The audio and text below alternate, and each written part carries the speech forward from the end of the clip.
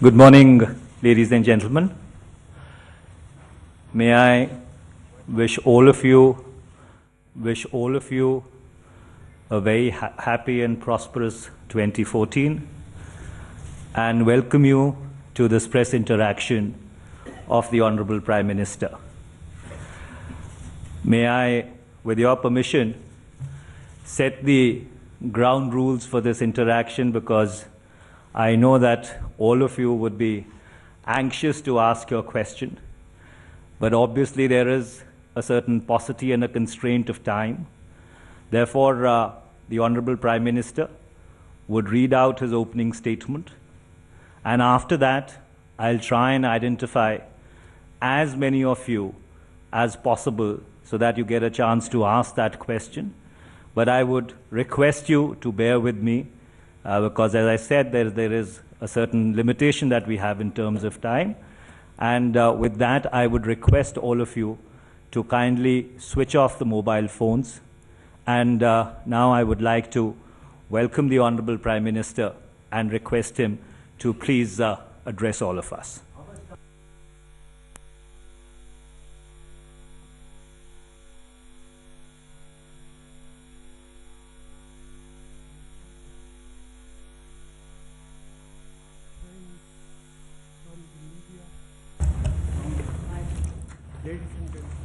Let me wish you all a very happy new year. Let me say at the outset that I do believe we are set for better times. The cycle of global economic growth is turning for the better. Many of the steps we have taken to address our domestic constraints are coming into play. India's own growth momentum will revive. An important development in the year that has gone by is the demonstration of the strength of our democracy. Our people have demonstrated their faith in the institutions of democracy by voting in record numbers in the recent assembly elections. Our party did not do well in these elections, but we welcome the extent of participation, and we will reflect on what the results tell us for the future and learn appropriate lessons. Our democratic constitution and the institutions of our democracy are the cornerstones of modern India. All of us who wish to build a better India, rid of poverty and corruption, must respect these institutions and work through them. They are the legitimate instruments in our hands, with all their limitations. No one individual or authority can substitute for the due processes of democratic governance. Friends, over the past decade, we have been through many ups and downs. During my first term in office, India witnessed for the first time in its recorded history a sharp acceleration of the rate of economic growth to 9%.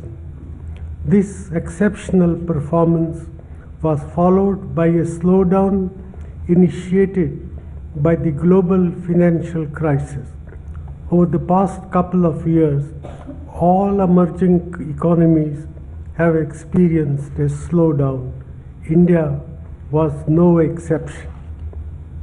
Economies have ups and downs, and we should not focus overly on the short term. We should recognize that even if we include the years of slowdown, the rate of growth achieved in the past 9 years is the highest for any 9-year period.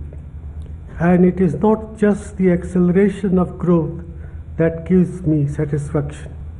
Equally important is the fact that we made the growth process more socially inclusive than it has ever been. In 2004, I committed our government to what I said would be a new deal for rural India. I believe we have delivered on that promise very substantially. We followed farmer-friendly policies, including raising support prices for farm produce, expanding credits to farmers, and through increased investment in horticulture, in rural development and rural infrastructure, especially roads and electricity. The Mahatma Gandhi National Rural Employment Guarantee Scheme has assured agricultural laborer of a floor and has increased their bargaining power. Improved delivery of health and education services is giving new hope to our brothers and sisters living in rural areas of our country. These initiatives have ensured that agricultural GDP has grown faster than ever before. India has become one of the world's largest producers of food grains, sugar, fruits and vegetables, milk and poultry. Rural wages have increased in real terms much faster than earlier. Rural real consumption per capita has increased 4 times faster. Because of these developments, the percentage of the population below the poverty line has fallen much faster in the period 2004 to 2011 than it did in the previous 10-year period. As a result, the number of people below the poverty line has come down by 13.8 crores. Friends, education has been a key element of our strategy to increase the productive capacity of our economy and improve access to better jobs. I have myself been a beneficiary of liberal scholarships and public investment in education. I can therefore well understand the critical importance of investing in education.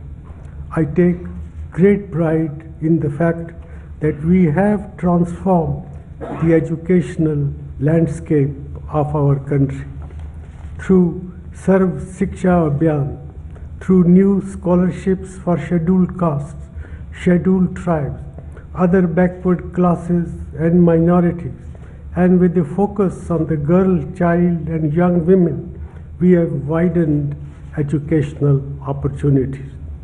We have set up new universities, new institutes of science and technology, new industrial training centers, and enabled the flowering of individual enterprise in skill building and education.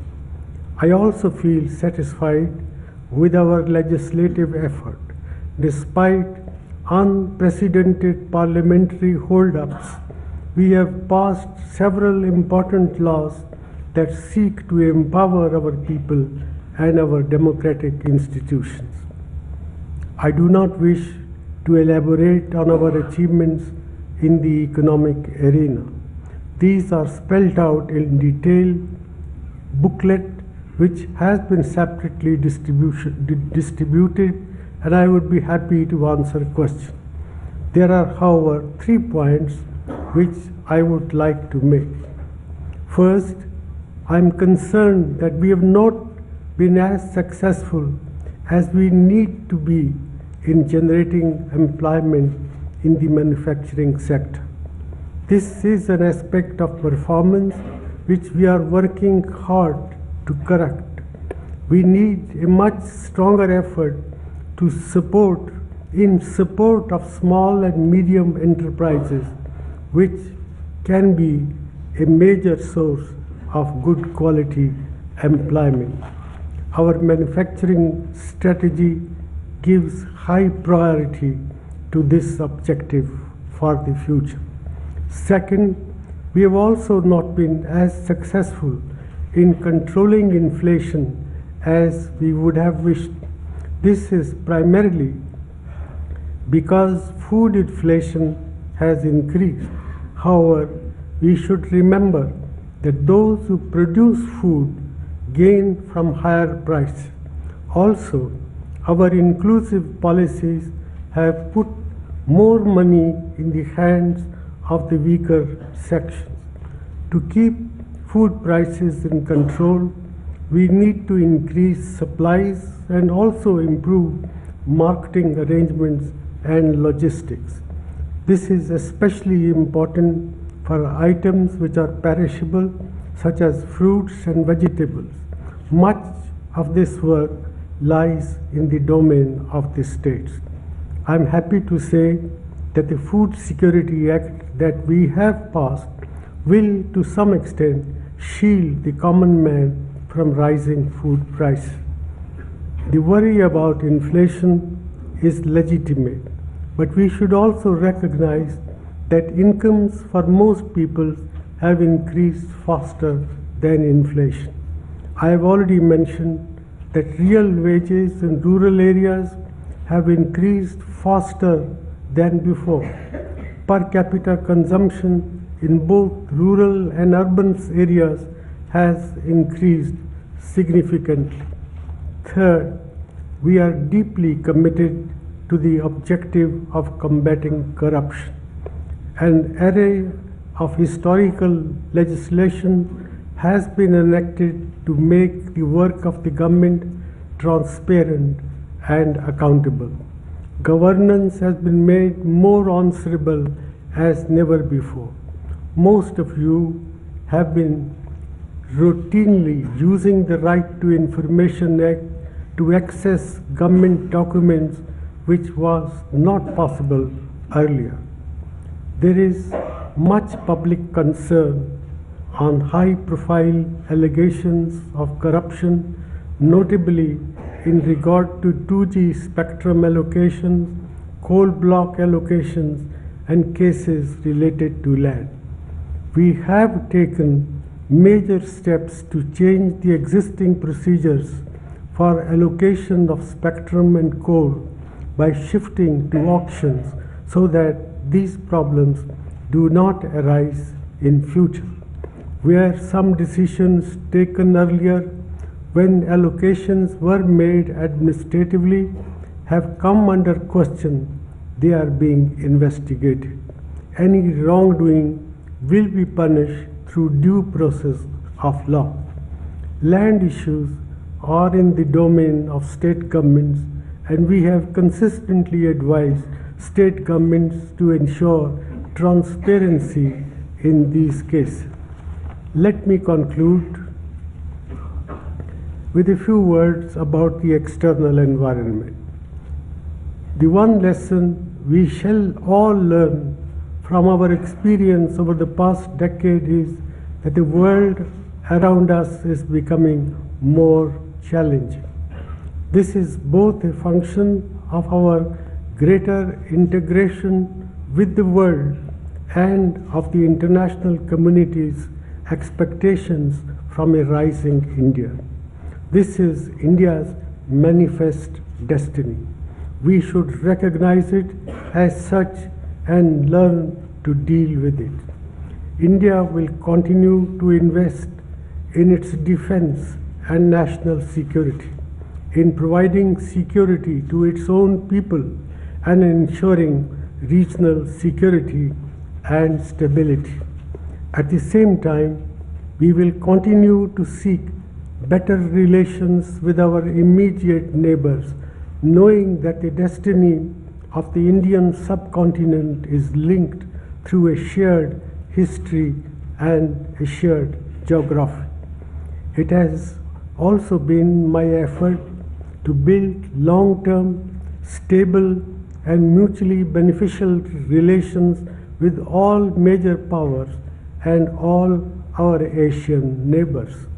We should continue to benefit from global opportunities and contribute to global efforts in creating and managing global institutions to deal with global challenges.